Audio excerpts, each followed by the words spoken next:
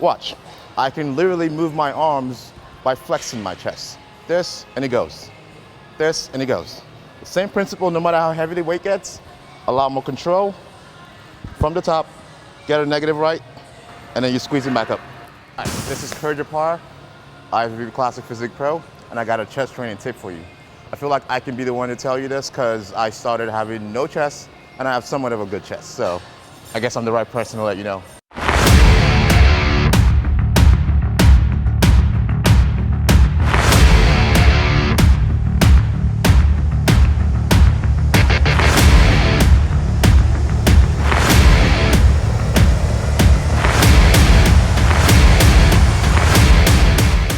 I see a lot of people whenever they press, there's a lot of tension being placed on your shoulders and your triceps rather than your chest.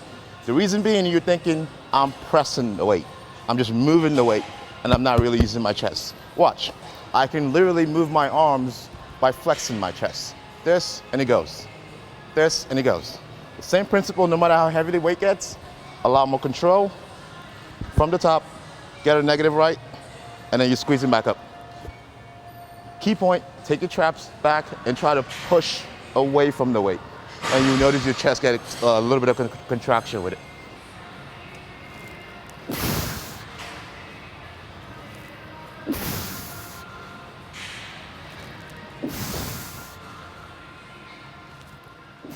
I feel a lot more pressure on my chest.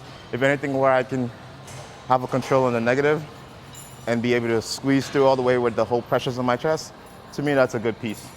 And one of the first things I found here was this, and then the nuttless high row with this. And I just knew I was going to train here for the rest, for as long as I could. For the longest time, for like 4 years out of my competing career, I was always told I was leg dominant, and I mean, I still am, but at least it's a little better. I have a little more balance. But what changed from my upper body training, specifically my chest and my back, is finding movements that worked for me. A lot of people do lat pull downs and barbell presses and stuff that's basic and common. I don't do those because I did them for years and they never worked.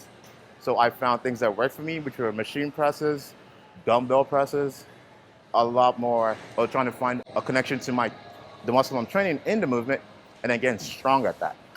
And then over time, obviously it's not that quick, but over time, they just kept getting better and better and better. All right, this is the greatest tip of all time. See this?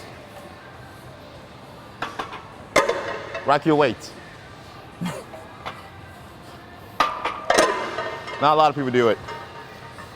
It's a douchebag move. Rack your weight. Why is it a douchebag move? We have to explain to the reader.